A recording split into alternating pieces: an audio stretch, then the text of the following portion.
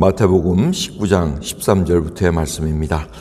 때에 사람들이 예수의 안수하고 기도하심을 바라고 어린아이들을 데리고 오매 제자들이 꾸짖거늘 예수께서 가라사대 어린아이들을 용납하고 내게 오는 것을 금하지 말라. 천국이 이런 자의 것이니라 하시고 저희 위에 안수하시고 거기서 떠나 하시니라. 어떤 사람이 주께 와서 가로되 선생님이여 내가 무슨 선한 일을 하여야 영생을 얻으리이까. 예수께서 가라사대 어찌하여 선한 일을 내게 묻느냐. 선한 이는 오직 한 분이시니라. 내가 생명에 들어가려면 계명들을 지키라. 가로되 어느 계명이오니까. 예수께서 가라사대 살인하지 말라, 간음하지 말라, 도둑질하지 말라, 거짓 증거하지 말라, 내 부모를 공경하라, 내 이웃을 내 몸과 같이 사랑하라 하신 것이니라. 그 청년이 가로되 이 모든 것을 내가 지켰사오니 아직도 무엇이 부족하니이까. 예수께서 가라사대 내가 온전하고자 할진대 가서 내 소유를 팔아 가난한 자들을 주라. 그리하면 하늘에서 보화가 내게 있으리라. 그리고 와서 나를 쫓으라 하시니 그 청년이 재물이 많으므로 이 말씀을 듣고 근심하며 가니라. 아멘. 오늘 말씀은 이 어린아이와 이 부자 청년, 그리고 다른 복음서에서는 관원이라고 얘기를 합니다. 그러니까 이 복음서에서 어린아이 사건을 이 부자 청년 관원과 이렇게 비교한 것을 우리가 볼 수가 있습니다. 그래서 그것을 연결해서 이렇게 같이 보셔야 됩니다. 이 어린아이들이 주님 앞에 막 옵니다. 근데 복음서마다 조금 어린아이 표현하는 단어가 좀 틀립니다. 마태복음은 이렇게 조금 큰 애, 혼자 걸을 수 있고 한 5살, 7살 이하 이 정도 아이들을 얘기를 하고 있습니다. 근데 누가복음 쪽에서는 안고 오는 아이들을 표현하고 있습니다. 그러니까 공통적인 건 뭐냐면 아이가 혼자 할 수 없다는 얘기예요. 부모가 끌고 온다는 얘기입니다.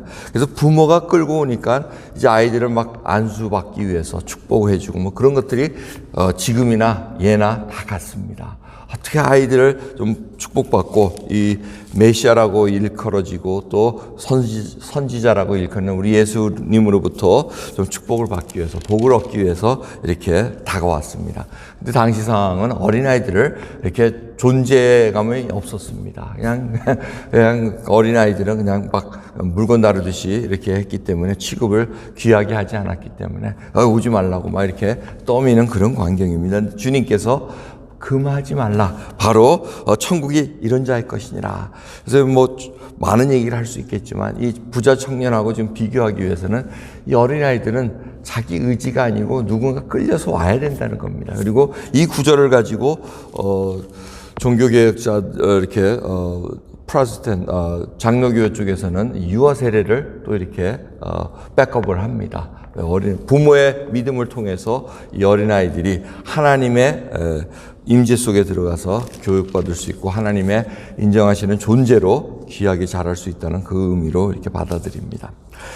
이 어린아이 여러분들 잘 아십니다. 자기의 의지로 할 수 없습니다. 부모의 의지로 지금 누군가 끌림을 당해서 지금 온다는 건데 앞에서도 주님이 말씀을 하셨습니다. 자, 이런 과정에 지금 주님은 예루살렘에 이제 십자가에 돌아가시기 위해서 발걸음을 움직이십니다. 그래서 떠나셨다고 얘기합니다. 예루살렘 향해서 가는데 그 와중에 또 젊은 돈 많은 청년이 와서 어떻게 해야 내가 생명에 들어가면 무슨 선한 일을 하여야 영생을 얻으리까? 지금 이 질문을 왜 하겠습니까? 뭔가 자기가 부족하다고 느낀다는 겁니다. 뭔가 공허하다는 겁니다. 그래서 주님께 지금 와서 묻습니다. 어떻게 영생을 얻을 수가 있습니까? 벌써 질문이 잘못된 건 여러분 아시겠지만 주님이 그걸 그 앞에서 뭐라 그러지는 않습니다. 그래서 왜 선한 일을 자꾸 나한테 묻느냐. 선한 분은 오직 하나님 한 분이시다 하고 딱 정리를 해준 다음에 내가 생명에 들어가려면 계명들을 지키라 이 얘기를 합니다. 이 얘기는 뭐냐면은 영생을 얻기 위해서 계명을 지켜야 된다 그 얘기가 아니고 생명에 들어갈 자는 계명을 지킬 수밖에 없다 이제 그 얘기를 하고 계시는 겁니다. 근데 그 얘기를 이제 청년이 계명이라면 어떤 계명입니까? 이 자신이 있었다는 얘기입니다. 근데 오늘 본문 말씀 보면 주님이 앞에 있는 10계명 중에 4가지는 말씀을 안 하십니다. 오늘 이제 나중에 말씀드릴 텐데 계명 중에 수평적인 인간적인 그 계명을 말씀하십니다. 살인하지 말라, 간음하지 말라, 도둑질하지 말라, 거짓 증거하지 말라, 내 부모를 공격하라, 그리고 내 이웃을 내 몸과 같이 사랑하라. 이 얘기는 이웃 것을 탐하지 말라는 그 말씀을 요약을 해주신 겁니다. 그럴 때 자신이 있었습니다. 젊은이가 이거 다 했는데요? 이랬는데, 다른 복음서를 보면 주님이 이자를 사랑했다고 얘기합니다. 사랑한데 너 그 중에 부족한 게 있다. 그러면서 네 소유를 팔아서 이웃을 다 죽어라. 그러면서 나를 쫓아오느라 얘기할 때 근심이 많은 고로 이가 그냥 떠났다고 얘기합니다. 자, 오늘 이 말씀까지 우리가 생각해 보면 왜 주님이 앞에 있는 네 가지를 얘기를 안 했을까? 나 외에 하나님 외에 다른 신 두지 말고 우상 만들지 말고 이런 얘기를 왜 안 하셨을까 생각해 보면은 나옵니다. 답이 나오는 이유는 여러분 신명기 10장을 보시면은 이 모세가 새로운 신세대를 향해서 딱 두 번째 주는 그 언약의 말씀을 쫙 일깨워 줍니다. 그럴 때 하나님께서 10장 말씀을 보면은 하나님께서 내게 원하시는 것이 무엇이냐 하고 이렇게 물어봅니다. 그때 뭡니까? 답이 뭡니까? 답이 너 계명 지켜라 이 얘기가 첫 번째 나오질 않습니다. 답은 하나님을 경외하라고 얘기합니다. 경외하고 그를 정말 도를 행하고 그를 정말 사랑하고 그 다음에 마지막에 그분의 율례와 규례를 다 지키는 거 아니겠느냐 이렇게 얘기를 합니다. 이 순서가 지금 뒤죽박죽이 됐다는 얘기입니다. 뭘 하기 위해서 영생을 얻기 위해서 구원을 얻기 위해서 율법을 지키는 것이 아니고 주를 사랑하고 경외하고 그 마음으로 지금 주의 말씀을 따라간다는 얘기입니다. 그래서 여러분 계속해서 주님께서 요한복음에도 말씀하시지 않습니까? 나를 사랑하는 자는 내 계명을 가지고 지키는 자라고 말씀하십니다. 그를 사랑하기 때문에 말씀을 지키는 것이지 사랑하기 위해서 말씀을 지키는 것 아니라는 겁니다.